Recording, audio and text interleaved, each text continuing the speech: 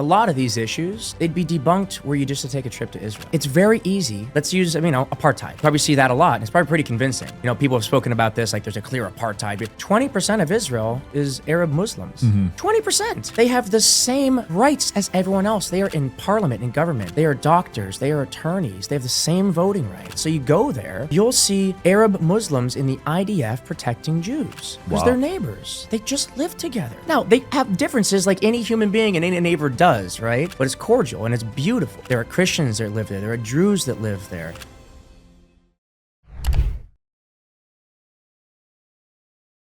Okay, guys, got James back on the show. He's in Vegas with me this time. He's on tour. Yeah, I thought I'd come see you this time. Yeah, I know you're busy, man. You're 3 months in the tour already, right? Yeah, it's been with rehearsals. It's been about 3 months, and today is the last day of school, as we're putting it, for a little while. It's the last show on the U.S. run. We take a little break, and then we go Europe and beyond. So this is the final U.S. Final push, yeah. One more show tonight, Planet Hollywood. Nice. So I'm very excited about that. Very excited about the AC. We played a lot of amphitheaters this summer, which is a lot of fun, but sometimes you're hitting the stage. Phoenix, Arizona, 100+ degrees, Jeez. even at 9 p.m. when you go on. So tonight will be a treat. Plus, the last one's always a big hoorah. I love it. Yeah, you got to be in good shape. We were talking before this. You lost 30 pounds since I last saw you. Yeah, and about 20 of those were intentional. 25. I put on size with a nutritionist, trying to learn. I just want to learn. I want to keep getting better at everything. And the whole goal was also to bulletproof my body for this tour. We do 2 hours of dancing. I still throw flips here and again. It's very active. Yeah. And instead of getting worse as I get older, I'm trying to get better. So I put on that size to try and retain some muscle, and I've kept about 10 pounds of muscle. But 2 hours of cardio, 5 nights a week, 3 months in, I'm down to about 175, and I want to go up to about 185 for my maintenance weight. But Yeah. I don't think people realize how tiring it is on stage. I just saw Backstreet Boys at the Sphere, and they were sweating by the second song. Oh, yeah. It's just, look, part of it is the physicality, right? You are dancing and running around, but also part of it is just the intention and the focus. Right. They're such good performers. They care about everything they're doing, every song. Plus, you're watching, in my case, three guys, in their case, 4 other guys, and you're doing so much of this stuff in coordination, in sync. Not to throw that one in there, but that's where the name comes from, and for good reason. So, yeah, it's a lot of fun, a lot of energy. But you know what? We do get it reciprocated from the audience. I got to say, even on the nights when you're tired, when you have X amount of thousands of fans so happy to see you, screaming and yelling and singing your songs, it does make it easier. Yeah, you could feed off their energy, right? 100%. Yeah, I'm a believer in that. Was Backstreet someone you looked up to growing up when you were first starting in music? No, to be honest, I never, I knew of them and I respect them. I respect them more now, as I've, 17 years now, been in a boy band. But it wasn't something like a genre I really listened to. I grew up listening to Sublime and The Offspring and Jack Johnson and just totally different music. Yeah. I love Sublime, by the way. Me too. I think they're back, right? The Sun is performing it now. Yeah. In Vegas. Yeah. Yeah, I got to check that show out. I actually got to see Sublime with Rome in Vegas a long time ago. One of the first times we played Vegas, we were playing a show, I want to say at the Palms, because they have that outdoor pool stage, and they were playing at the pool stage. So I remember getting off stage, running over to their stage to catch the end of their set, and that was super sick. That was when the Palms was cracking too. Oh, yeah. That used to be the #1 spot in Vegas, I heard. I can see why. We were staying in, that's the place with the hardwood suites, right? Yeah, the basketball court. We had the Playboy suites. Damn. I stayed in one of those. There's actually a pool in the suite that goes from inside to outside. It's a glass pool. It is freaky, but it's awesome. That's crazy. So you love Vegas, performing out here? I wouldn't say I love Vegas in the sense that I don't gamble. I really don't drink and party almost at all anymore at this point in my life. But I do love Vegas for what it is. This is a random piece of desert that has been turned into this metropolis, this ridiculous playground. So I am impressed every time I come here. The food's amazing. The shows are amazing. The architecture is amazing. So I have a lot of love for it. But I was telling you, I lived in Summerlin for a couple of years, and I'm glad I did it. I had fun, but it's not where I should be full time. Nashville is where you should be. 100%. And now you're engaged. Congrats, by the way. Thank you, man. Yeah. Starting a new chapter of your life, right? It almost feels like a new book, to be honest. And I'm very excited about that. I've had an amazing life, an amazing career, and I have so much more life to live and so much more career to build. But doing it with her, now we've just built a house together where we want to get married in about a year and start a family, God willing. Nice. So it feels like almost like a whole new book, and I'm very excited. She flew home 4 or 5 days ago. So I'm a little jealous because she's just relaxing, sleeping in our bed, hanging out with the dogs in the backyard. But I'll be on the first flight out tomorrow and I get to see her. I love it. Yeah. And you're vlogging with her. You've been traveling a lot with her, vlogging with her. Yeah, we have. We started a YouTube, Adventures with James and Caitlyn. And truly, it's been a lot of fun. I hadn't really touched YouTube in a long time. And she mentioned it's something she wants to do. And I think it's really cool to show just a different side of my life, of a much more authentic and to some degree vulnerable side of like how we live life and get along. And we're building a supplement company together. We're going to start posting a lot more about. She's an amazing health coach, and there's actually a lot of crossover we're going to be doing. She does events. She's got an event coming up, I think October 11th in Nashville. Nice. And we're going to have hopefully our supplement there if it's ready in time. Regardless, I'll be there. And so it's just so fun to start integrating our lives a little bit more and more often because then we get to see each other more. Yeah. And we work pretty darn well together. Having said that, it's also been nice having a few days off with her on tour. So, Yeah. balance. It's always interesting trying to bring the personal life into business, right? Yeah, but we've been together for almost 7 years now. And I think we've just set the stage to understand like this is going to work because she knows how I operate. Yeah. And I was very clear about, hey, you want to do this? We can do it together, but here's what I'm going to do, and here's what I need you to do. And a lot of it, like the YouTube, she has to pick up the slack on. She has to be coming up with the creatives. She has to be doing the shot lists. She does the majority of it, and I'll come in and be there, be ready to go, help with ideation, finance it. But that's kind of our partnership on that, and it's working extremely well. Wow. She's a smart girl, and she understands the assignment. She's doing it. I'm so proud of her. So it's cool to say that it's all working really well. Well done. Well done. So the first like 5-ish years, were you keeping the business separate from the personal stuff? Well, it wasn't even that I was intentionally keeping it separate, but she came into my world much more than I came into hers, right? Yeah. She moved in with me, my house in Venice. My career started, I'm almost 5 years older, and I started younger than she started in life. I started paying bills when I was 16, 17 years old. And so I was just many years ahead of her in terms of established and career and, what I do. So she very much came into my world. And what I like about being in Nashville is Vegas was my choice. She lived in my house in LA. Vegas was my choice. She didn't like it. So I said, where do you want to go? She said, Miami. So that became more of her choice. I had fun there, but it wasn't right. But I say all that to say that Nashville was our choice. So that was really like, hey, we've proved we work well together. We are aligned. We keep growing in the same direction. And so now, it wasn't like we were keeping the business separate, but it just was separate worlds, and now we're combining our worlds. Yeah. And that's really exciting. That's beautiful. Yeah, you don't strike me as a Miami guy at all. Look, I like to visit, but I wouldn't even say Miami so much anymore. I just like to go to a beach. Yeah. And I love being out in the water in a boat, and you can do that in so many places. But Miami, I also am just in awe in. It really is like the Vegas of the East Coast in many ways. I mean, it's on the water. You have so much to do, some of the best food in the world again. Although I swear the food in Miami is the most expensive of anywhere in the world. I'm going to say it straight up, hard stop. I It's might crazy. agree with that. You're dropping hundreds every meal. Every meal. I'll go out with like just another couple when I was going there and not even drink, and it'd be $600, $700. Like that's absurd. That's Crazy. crazy at a regular restaurant. Yeah, that is nuts. If people were to think we're being bougie, we're not. Like that's like just ordering a steak and an appetizer and like having a nice meal, but that should cost like $250, Yeah. $300 at a nice restaurant elsewhere. Yeah, without alcohol. Vegas Strip ain't much better, but I'm if sure. you're a local, you kind of eat off Strip, And that's the cool part about Vegas. When I was living here in Summerlin, man, there's some of the best food ever because the Vegas chefs have their own restaurants. Right. But you get it off the Strip, you get a better environment. You don't have people like smoking and gambling right next to you while you're eating, and it's like at least half the price. Yeah, 100%. Congrats on the new single, by the way, Eyes. What was the story behind that release, and what's the song about? I'm very excited. Again, part of moving to Nashville is I've been writing more music than I ever have in my life. And it has re-inspired me as an artist. In fact, it has forced me to become a better musician because I'm surrounded by the best in the world, bar none. There's great musicians everywhere, but there's something about Nashville where there is just an emphasis on understanding the number system or playing an instrument, musicality. The song has to sound good on a guitar or piano before you even go into production. Right. And it's just become fun for me again. It's been like a year and a half now. So while, of course, I still write for Big Time Rush, we've only released one song in the last year. And we are going to work on a new album. We're going to have more music. But if you're writing like I am 3 times a week on average, there's a lot more story there, a lot more music. Right. And so I'm so excited to be doing my own music, and I'm going to keep putting out my own music, hopefully in parallel with the band. And Eyes felt like the most authentic to me in a lot of ways. First off, it is about Caitlyn.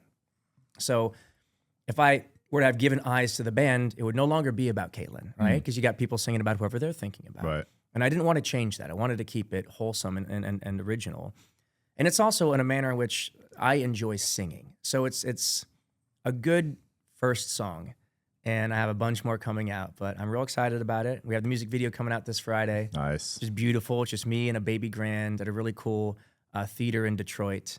And one of my favorite film directors who directed my movie Wolfhound came and shot that for us. And Caitlyn is in it. So it's just fun, man. I'm having so much fun with music. That's beautiful, man. I'm a fan of the simple music videos. I know you could get crazy with the editing and stuff, but I like the simplistic videos these days. Shout out to today's sponsor, Quince. As the weather cools, I'm swapping in the pieces that actually gets the job done, that are warm, durable, and built to last. Quince delivers every time with wardrobe staples that'll carry you through the season. They have fall staples that you'll actually want to wear, like the 100% Mongolian cashmere for just $60. They also got classic fit denim and real leather and wool outerwear that looks sharp and holds up. By partnering directly with ethical factories and top artisans, Quince cuts out the middleman to deliver premium quality at half the cost of similar brands. They've really become a go-to across the board. You guys know how I love linen and how I've talked about it on previous episodes. I picked up some linen pants and they feel incredible. The quality is definitely noticeable compared to other brands. Layer up this fall with pieces that feel as good as they look. Go to quince.com/DSH for free shipping on your order and 365-day returns. They're also available in Canada too. I think you'll like it. I mean, it's literally me playing the song and singing, me standing at a mic and singing, then essentially her coming in and being the only audience member. And conceptually, that may even sound boring, but what we shot it on was like a complete film crane. You know, it brought in $500,000 worth of glass because Michael B. Chait, the director, is just, you know, pulled some favors. He likes doing movies, and so he made it look cinematic. And that's, again, one of my things I get to do with my own personal music, my own personal career, is combine the two worlds that I love most, which is the cinematic world, acting and film, and then music. So it's a taste of what's to come. I love it, man. You're also doing some music in Hebrew now, too. I saw, right? I'm not speaking Hebrew. I did learn to read and write in Hebrew school, but Temple Beth Israel didn't teach me to speak it, and I feel like I spent enough time there. I probably should understand more than I do, but I think that's pretty common in the States. But my next single out is, it's called On My Mind. And it's a bit of a departure from my sound because I wanted it to feel more like world music, more global. And we have two incredible Israeli artists on it. Nice. So Shachar Saul is a rapper who just like, he's huge over there, but he's known for his deep voice. What he did on the song is so cool and just couldn't be nicer. And then we have a pop star named Maya Dadan who's on it, and she's singing in Hebrew. So it's really cool. It's mostly in English. I sing in English. The chorus, they sing with me in English. And then they're rapping and singing in Hebrew. Nice. And it's rad. I hope people really enjoy it as much as I enjoyed making it. I can't wait to hear that one. Have you ever performed in Israel?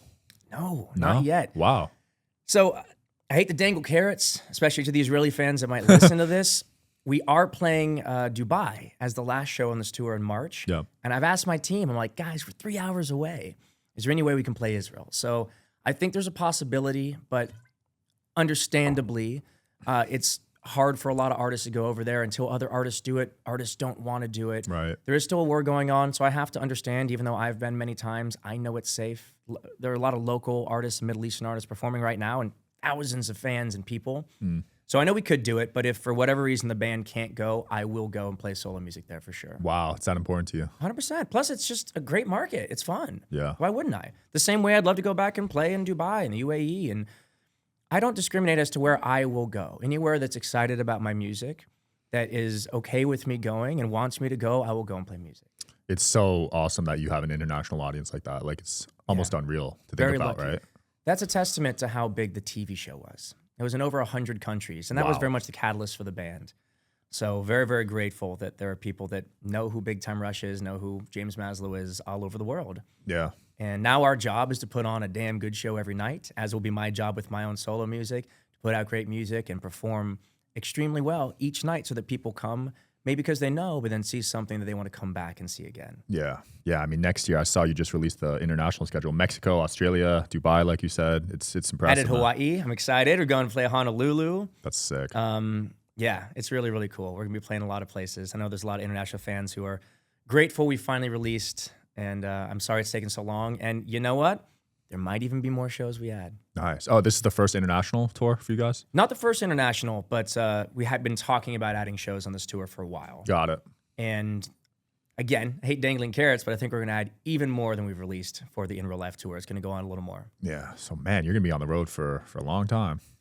What a blessing, though. You know, you sign up as to be an artist, a musician, whatever it is, with the dream of getting to do what we're doing right now. Yeah. It's really cool to see all the nostalgic childhood bands I grew up with, like reliving their come up almost, like the Jonas Brothers. They're on a huge tour right now. Yeah. You guys, it's awesome, man. Yeah, I think a lot of people, you know, they relate music. I relate music to moments in my life. And oftentimes my favorite songs are because they were associated with my favorite moments. And with us, whether it's the TV show or the music or both, a lot of our fans feel that way. So this tour in particular, we're giving them more of that than we ever have. We're actually combining elements of the TV show from our openers, Stephen Kramer Glickman, who played Gustavo, and Caitlyn Tarver, who played Joe, to having video content in the show that actually is like pseudo going back into character. So fans have been asking for it for years, and we are finally delivering on this tour. I love it. What are the odds the show makes a comeback, the TV show?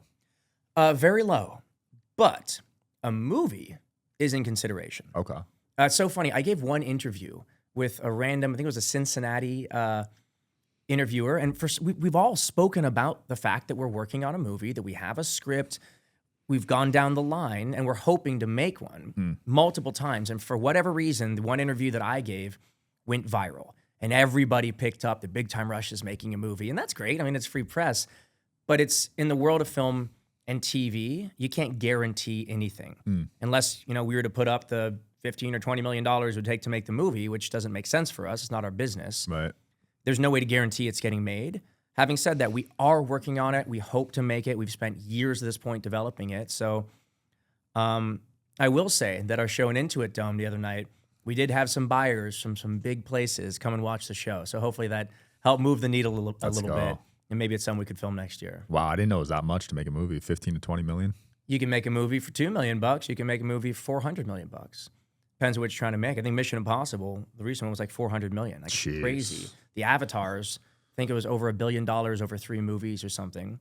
And then independent movies, I mean, there are people that still make movies for $500,000 or even less. But, you know, we would be somewhere, I mean, just kind of guesstimating in that 20 million range based on the effects we want, based on the locations, based on the scale that is necessary to deliver the product that we need. Yeah. You know, they knew the TV show costs X amount of money. We need to deliver a movie that is competitive with other movies in that space. So, yeah, it ain't cheap. It takes hundreds of people to greenlight something and make something. It really takes an army. That makes sense. I was scrolling on your Twitter. Did you go to the Poconos recently? We did. We had a day off in the Poconos. It was beautiful, man. I'd never been. Yeah, I just went there for a wedding last month. Yeah? Yeah, Gorgeous. beautiful. Gorgeous. Yeah, the food was good too. We stayed at this place called Skytop. Skytop. And no promo here other than it was an amazing resort. Like, I would straight up go back. They have like skeet shooting and fishing and like anything you can imagine they have at this place. And the food was delicious. We stayed in like a little individual cabin on the property. Nice. It was so cool. Yeah, shout out to the Poconos, man. It's underrated for sure because I don't see many people talk about it. I mean, maybe if you live in the Northeast, right? I'd imagine it's closer. It might be more popular, but yeah, I kind of feel the same way about like even aspects of Nashville. I don't want to talk about it because I don't want people to come. I think that's what's up with the Poconos. They know how good it is. I think people are catching on in Nashville, though. The real estate seems to be going up over there. It's nuts. I'm putting more money into real estate there. In just a year and a half, I've done well already. It's been nice. You know, you got to be careful with emerging markets. Like real estate's a big part of my portfolio. Yeah. Not to overspend and kind of hit that bubble and then be stuck with something that you overpaid for. And there's been a little bit of that already in new construction. I've seen that with other builders. But look, it's a fantastic place to live because you have everything you could possibly want in a major city. Right. Amazing food, some of the best music in the world. You have nightlife. You've got golf. Like it just, I don't think of something and it has it. But then within 15 minutes of downtown, you're in the country. You're in nature and it's peaceful and you have land. You go another 15, 20 minutes, like you're straight up, you know, you can be 10, 20 acres, you're not breaking the bank. Yeah. So it's I don't know of another place in the States or even the world that is comparable in that regard. And that's why I love it, because I live about 20 minutes outside of downtown and we have space. I love it. Yeah. I know there's a business side to you that people watching might not even know you have, but it's very impressive. You surround yourself with the right people, man. I try, dude. I just try and ask more questions than have answers these days, frankly. Yeah. Believe it or not. Well, a lot of people are good at making money. You're great at making money, but investing is a whole nother strategy, right? Yeah, I mean, that's certainly a way to make money long term, right? Like just having a job and making a paycheck or whatever it is that you do to make your money. Believe it or not, at our age, I believe is our biggest asset. I was asked that question a long time ago by a mentor. You know, what's your biggest asset? Started going through like, well, my real estate portfolio or this and that.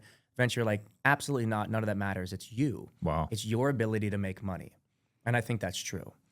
So I think at our age, let's stress less about how perfect our investments are. In fact, I do passive long-term investments that I just believe in compound interest, and I focus on making money. But then things that are tangible or things that you enjoy, they kind of become a hobby that can also make money. There's a way you can spend some of your free time. And for me, that's been real estate versus like day trading or something like that. Absolutely no interest. I have zero interest because to me, that's too much like gambling. And I don't like gambling. You know why? My whole career is a gamble to some degree. And I'd identify that as a young man. So the vast majority of my investments are going to be in index funds. They're going to ride the American market. And but real estate is something that while it is still risky here and again, I've learned it and done it so much. I'm more comfortable with it for two reasons. One, it's tangible. You can touch it, you can feel it, you can see it. Like there's something there that even if shit hits the fan, you've got something of value. And two, it's enjoyable. And I believe that I can affect positive change within that investment by picking a better neighborhood, by building a house that, you know, I think is going to be accommodating for the right person in that neighborhood. Like I know my research there, even down to decorating, picking the right color and stuff like that. Like I can positively affect change and affect my ability for that ROI to be big. Yeah. Versus you go into the stock market and day trade, you have no control of that. All you're doing is risking your money on someone else's talent or someone else's business. And some people enjoy that. I don't. Makes sense. That's why I like real estate. So it sounds like crypto's too risky for you too. You know, passive, right? Like I invested in some Bitcoin a while ago, not enough to like have changed my life, but like I follow the hedge funds there. I got about 2%. Okay. 2%. And everything else that wasn't Bitcoin, I consolidated to that. Based on my limited knowledge and limited advice from very smart people, that's kind of where I'm at with that. And luckily, I don't need to touch it. And so far, it keeps going up. But if it were to go away tomorrow, it wouldn't, you know, change my life. Hey, 2% is not bad. Bitcoin might hit $1 million one day, they say. So great. Not bad at all. That's more than a lot of people. 100%. I think only 5% of the global population owns Bitcoin right now. Wow. Yeah. Well, you know what? Hey, maybe after this tour, I'll buy another coin or two. But, I mean, the money on tours is crazy. Well, it isn't. It isn't. Like somebody I just did this interesting. It was a country artist, or he was either a country business manager maybe, and he was talking about like your average, pretty successful country artist. He said, say they make $1 million a year. Sounds like a lot of money, but it goes away so fast. Your production to get everybody there, salaries, buses, gas, you have to cover everything up front. It's a huge portion of what you make. If you take home 30 to 40% of your guarantees, you're doing extremely well. And most artists don't do that. So already you're down to $300,000 or $400,000 there. And then you have commissions, manager, 10 to 15%, business manager, 5%, agent who booked it, 10%. You're giving away for about 30% pretty damn fast before you've paid taxes. Then you're paying taxes. So you can see how that $1 million got down to like 100 or 200 grand, maybe if you're smart. Wow. But of course, the nice thing about then scaling your guarantees and scaling the size of places is your overhead from there to then $2, $3, $4, $5, $10 million doesn't necessarily need to change relative to the increase in money you're making. Point is, once you've paid for it, you've paid for it. So the longer you tour and the more you can make in merch and guarantees, then you can start making real money. Got it. So there's like a sweet spot that once you kind of get there, you're kind of set, right? And you just have to have smart people around you. You know, especially like in my world, we split it 4 ways. Yeah. So we really have to be smart about it, because everybody's families need to be taken care of. Right. So we have an amazing team. Our management, shout out faculty management, Jared Paul. He's the first person that I went to and had a conversation about truly bringing this thing back together. And he's been our partner from day one. And we're very lucky to have him and have his team because they understand this is a business. We need to give the fans an amazing show, and you cannot cut corners there. But there are ways to make sure you're also not overspending like a lot of artists, and you come off of a massive tour and have no money and you wonder why. Right. We're very lucky to have a team that has helped us avoid that. Do you know ballpark numbers, like what the percent breakdown is with merch, the actual ticket sales and all that? I mean, generally speaking, like merch people think like, again, merch a takeaway from your merch is if you made it back to the 40% mark is pretty good. Okay. Because you have the cost of goods itself, right? has to be paid back. But then what people don't factor in is the cost of getting merch to venues. You're paying for trucks, you're paying for staff, you're paying for gas. Right. So again, you know, if you sell $1 million in merch, your take home might be 400 grand. That can be a great business. But generally speaking, merch is a tough business, and it's not where emerging artists make a lot of money. You have to be selling such volume to make money there. Just because the less you buy, the more expensive it is. Then you go print on demand, like a lot of artists have to do because there's no upfront costs. And oh my God, they hit you with so many fees, you're not getting 40% of that, you're getting 5%, you know? So it's more of a marketing tool when you're starting out. And I think artists need to realize that. You need to have it and you should have it. And you want your fans buying it and you want them wearing it and promoting it. But it's something that once it's massively scaled, it certainly is a part of the business. But the business has changed. You know, it used to be you went on tour to sell albums. Now it's the opposite. You make albums so you can go on tour. Wow. Touring is really the only way that most artists make money. That's crazy. So if you don't ever get to the tour level, it's really hard to make a living, basically. It's very hard. Damn. Yeah. Yeah. I remember the days that you had to buy $1 a song, right, on iTunes growing up, and you guys got a large piece of that. We didn't at the time because of our deal, you know, with Sony, and that was when we were starting out. But we were lucky to sell physical albums. Like we were one of the last acts that actually have platinum albums. That's really cool to see, to say and to see on my wall. I mean, it's fantastic, you know. And then the streaming game is a whole nother game that, heck, I'm learning more going into this as a solo artist than I am even with Big Time Rush as a band, because we just haven't tackled it. We get great streams regardless. We have a big audience, but we are certainly far from the top. Yeah. But it's not necessarily important for our touring business. So that's something we want to do next. We want to really give radio, and streaming and radio are intertwined, but not the same. We want to give it a good run. We need the right song. We need the right capital. We need the right partner, you know, whether that's a label or otherwise.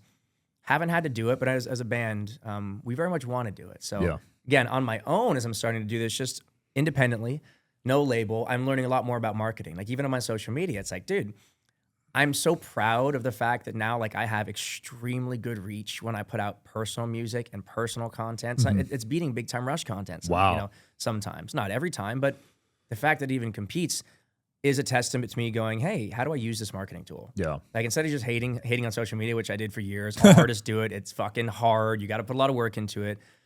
Change my mindset, change my tactics. And now it's actually kind of fun. And especially since I have so many people hating on me regardless for being Jewish, which is not entirely false. I'm being a little dramatic as I say that.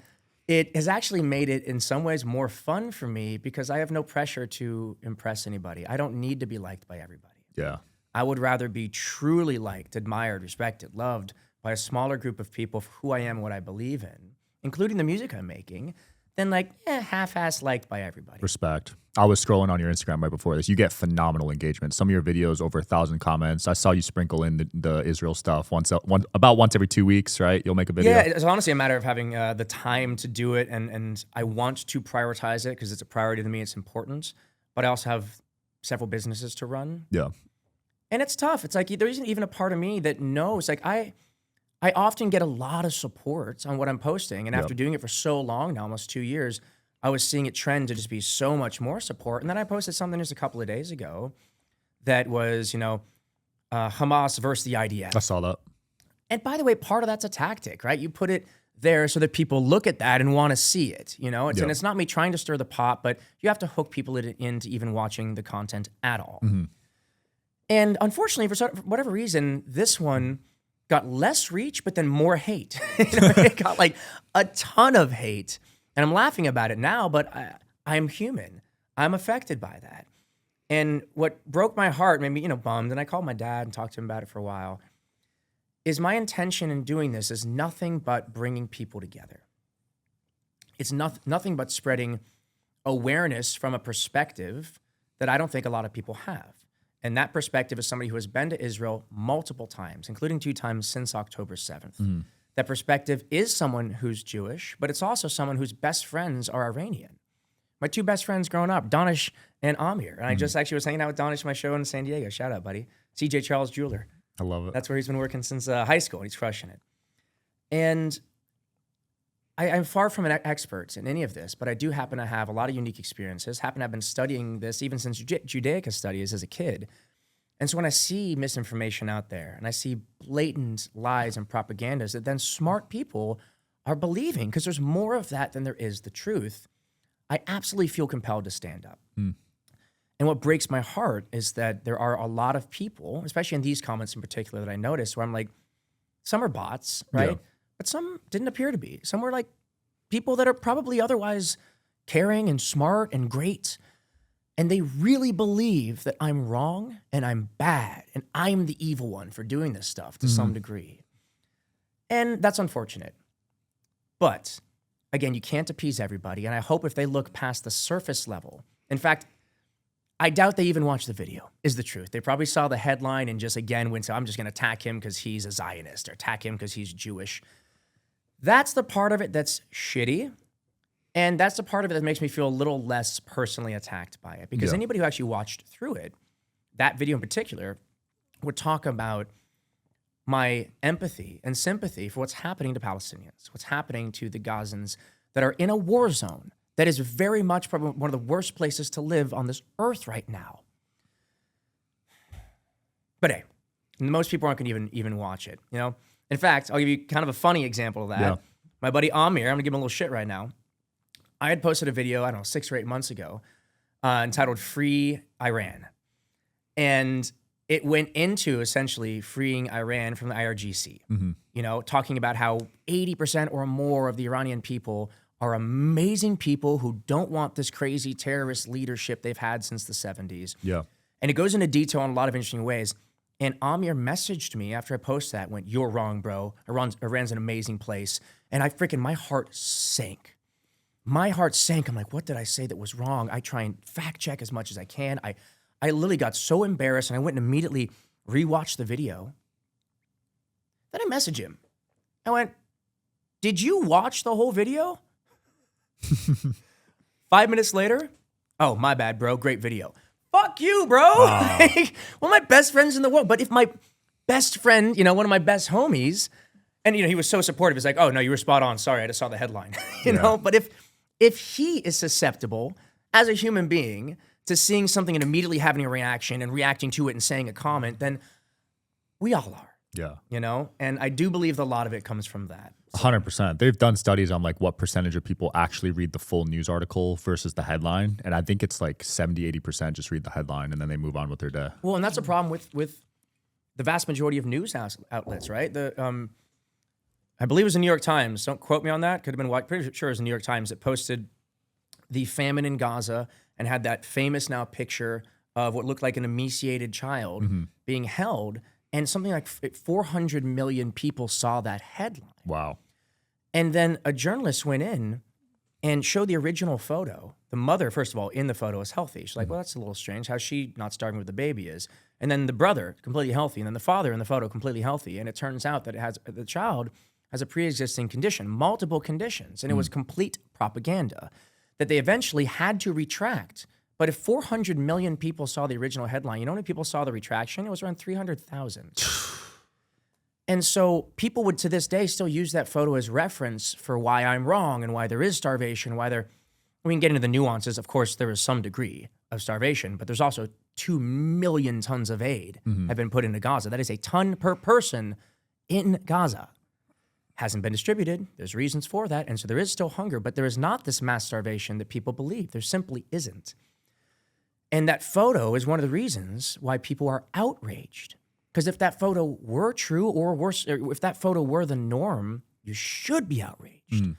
But that photo in particular was completely made up for the sake of eliciting sympathy for a terrorist organization. And that's where I get frustrated by this. I'm like, guys, stop conflating Israelis' government with Israelis, first of all, or with Jews in general.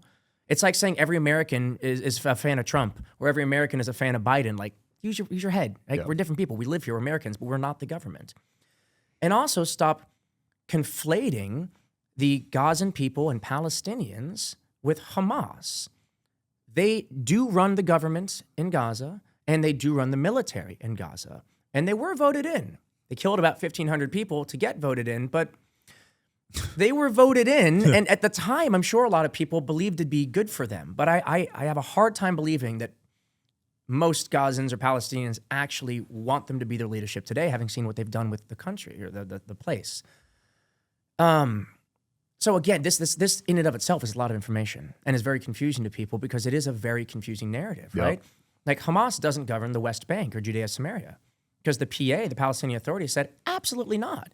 We have our issues and our differences with Israel, and they certainly do, but they didn't want a terrorist organization to run. So even within Palestinians as a whole, or Palestine, whatever, there are huge, huge differences. And I fear that most people with the loudest voices don't actually understand these. And I would love to speak to anybody who has a difference of opinion that is willing to talk to me without just yelling and screaming. And that's where I kind of I have to draw the line of I'll create content that I believe is helpful. And if you want to say something different in the comments, I will do my best to respond to it and learn from you. You want to have a conversation. But you just want to yell and scream that I should die for being a Zionist, that's not exactly helpful now, is it?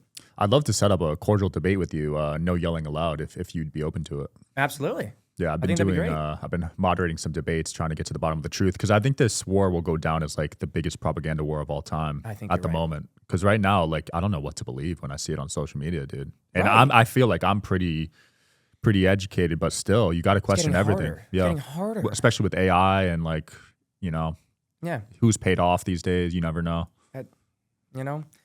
I have such sympathy for your position and for most people's positions because of that.